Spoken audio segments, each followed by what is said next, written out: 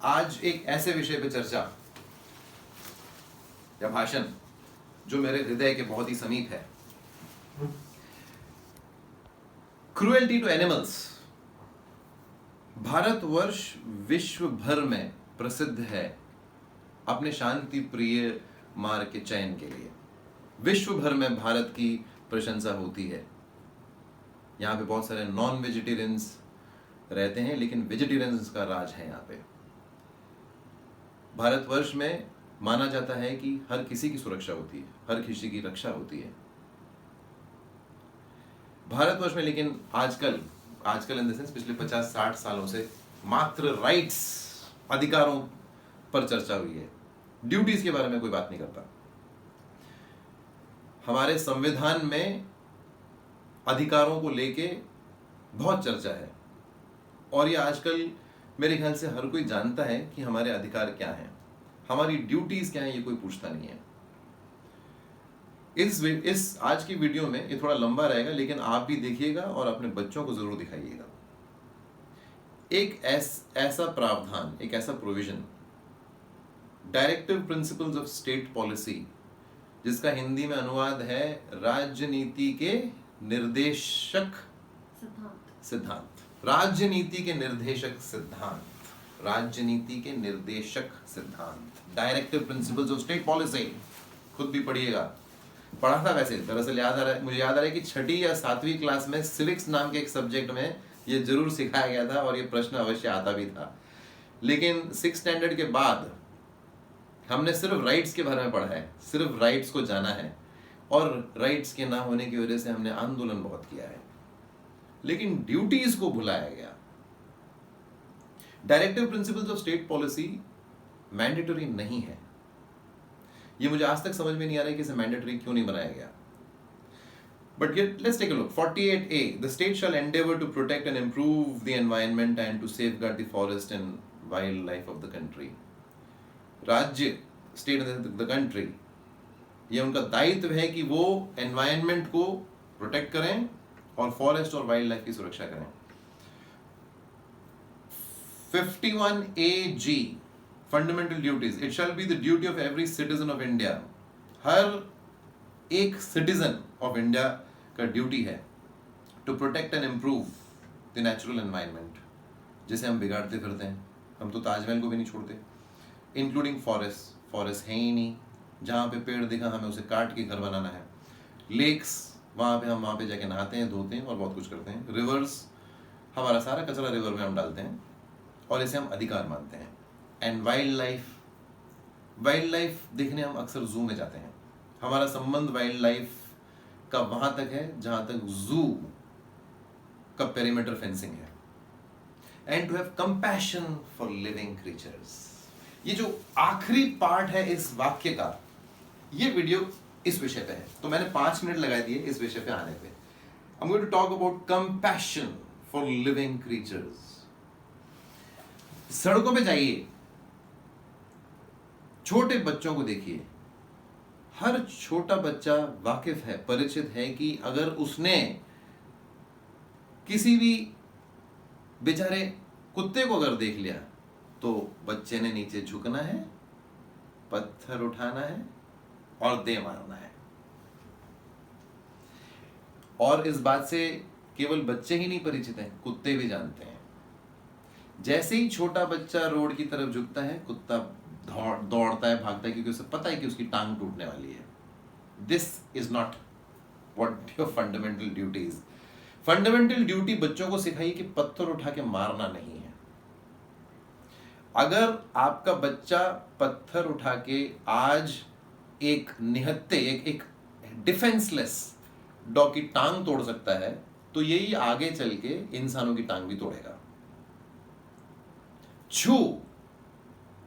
छू मंत्र का एक छू होता है, दूसरा एक छू होता है कुत्ते को भगाने वाला, हट छू। हम हमारे बच्चों को यह सिखाते हैं। इनफैक्ट बच्चे जब बड़े होते हैं तो उनको लगता है कुत्ता चीज ही टारगेट प्रैक्टिस के लिए बनाया गया है। गुलेल लेके छोटे छोटे पक्षियों को संपूर्ण रूप से घायल करना और उस पर आनंदित होना। घर में एक छिपकली दिख गई तो उसको डंडे से पकड़ पकड़ के मार के जब तक उसको लहूलुहान नहीं किया जाए तब तक ना बच्चे को चैन आता है ना बच्चे की मम्मी को। वाइल्ड लाइफ के बारे में कम सोचें तो ज्यादा अच्छा है। क्रूएल्टी, ये अगर आप किसी भी कंट्री में जाएं और अगर आपको दिख जाए कि वहां के डिफेंसलेस बेचारे लाचार जानवरों के साथ, प्राणियों के साथ क्या किया जाता है, तब आपको अनुमान लगाया जा सकता है, आप अनुमान लगा सकते हैं कि बाकी परिस्थितियां क्या हैं उस देश में। थैंकफुली ये जो कानून भारत में था ये बहुत ही पुराना कानून था। Prevention of cruelty to animals act 60 साल पुराना कानून था और इसमें इसको पढ़ के कभी कभी हंसी आती थी कि अगर आपने किसी भी लाचार प्राणी को अगर आपने हानि पहुंचाई तो आप 50 रुपए देके निकल सकते हैं। इसमें अभी तब्दीलियां होने वाली हैं। अब 50 रुपए से बात नहीं बनेगी, अब 750 रुपए से लेकर 75,000 तक हो सकता है। 3 टाइप के ऑफेंसेस होंगे, माइनर इंजुरी, छोटा मोटा घाव, major injury leading to permanent disability and death. 3 अलग अलग श्रेणियों में विभाजित किया जाएगा यह नया कानून और आपको इसमें जेल की सजा भी हो सकती है और होनी भी चाहिए।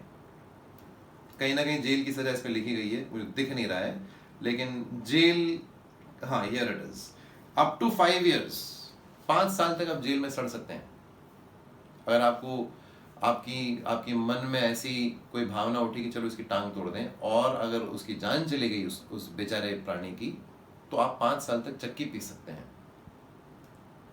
आपको शायद मुझसे थोड़ी सी घृणा होगी कि मैं ऐसी कठोर बातें क्यों करता हूं, एक वीडियो में आके मैं आपको धमकी क्यों देता हूं। नहीं, ऐसा नहीं है, ऐसा नहीं। आप स्वयं सोचिए कि आपने कितनी बार प्राणियों की सहायता करना तो दूर, आपने कितनी बार अपनी जिंदगी में देखा है और कुछ नहीं किया है, लोग आके एक बेचारे प्राणी की जान ले रहे हैं। आपने कितनी बार बच्चों को करते हुए देखा है और उनको टोका है कि नहीं बेटा ऐसा नहीं करते।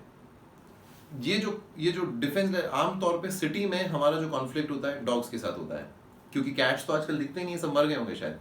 बर्ड्स हैं ही नहीं, आप बाहर झांक के देखिए स्पैरोज हैं ही नहीं।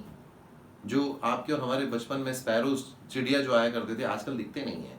क्रोज बहुत ही अक्लमंद हैं, वो आपके हाथ आने वाले नहीं है। आपके हाथ अगर बेचारा सांप अगर आपके हाथ में आ जाए तो आप अब 5 मिनट में तय कर सकते हैं आप क्या करने वाले हैं। सांप आपके घर में घुस गया तो अलग बात है, रोड में बेचारा सांप अगर रोड क्रॉस कर रहा है तो आप बताइए वहां पे उसके साथ क्या किया जाएगा। जहां पे सर्प देवता होते हैं, जिस देश में सांप की पूजा की जाती है, बम बम भोले, उनकी हर तस्वीर में सांप है, लेकिन एक सांप मजाल है उसकी जो रोड क्रॉस कर ले और मरे नहीं भारतवर्ष में। ये कुत्ते को जो पत्थर से उठा के मारते हैं वही आगे चल के सांप को भी मारते हैं। उनको दिखता ही नहीं है सांप शंकर जी के गले में, उनको सिर्फ एक प्राणी दिखता है जिसकी जान लेना उनका ड्यूटी बन जाता है। So prevention of cruelty to animals act, मेरे ख्याल से अब कानून बन, इसका अमेंडमेंट हो रहा है, इतना तो तय है। पार्लियामेंट में चर्चाएं हो रही हैं और ये जल्द ही कानून में तब्दील होने वाला है, लेकिन इसकी आवश्यकता कम है। यदि आप अपने घरों में अपने बच्चों को सिर्फ इतना सिखा दें कि किसी भी प्राणी को बेवजह चोट ना पहुंचाई जाए। मैं वेजिटेरियनिज्म पे नहीं घुस रहा हूं क्योंकि वो अपने आप में दूसरा एक संवाद है। कई लोग ये पूछेंगे कि फिर आप चिकन क्यों खाते हैं, अंडे क्यों खाते हैं, मुझे उसमें नहीं घुसना है। चिकन खाना या नहीं खाना ये आपका स्वयं का चॉइस है, लेकिन एक बेचारे कुत्ते की टांग तोड़ना कम से कम इससे रोका जा सकता है। एक सांप को लाठी से मार मार के उसको सीधे परलोक पहुंचाना, इसको रोका जा सकता है। इसको रोकना आपका फंडामेंटल ड्यूटी है। सो मेरी आपसे हाथ जोड़कर विनती है दैट अपने घरों में अपने बच्चों को, पड़ोस के बच्चों को, दरअसल स्कूलों में जाके बच्चों को परिचित कराएं कि ये ड्यूटी क्या है और क्यों यहाँ पे लिखा गया है। There is a fine correlation between people who brutally hurt animals and who in fact become sadistic in their lives. ये जो लड़का आनंद लेता है कुत्तों की टांग तोड़ के, सर फोड़ के, सांपों को मार मार के, ये आगे चल के जरूर कोई ना कोई ऐसी हरकत भी कर सकता है कि जिसकी वजह से वो खुद ही जल जाए। I really enjoyed doing this video and I hope one of you will take a good look at this article 51AG और इसको आप बार बार पढ़ेंगे और अपने दिल में उतारेंगे. बाय.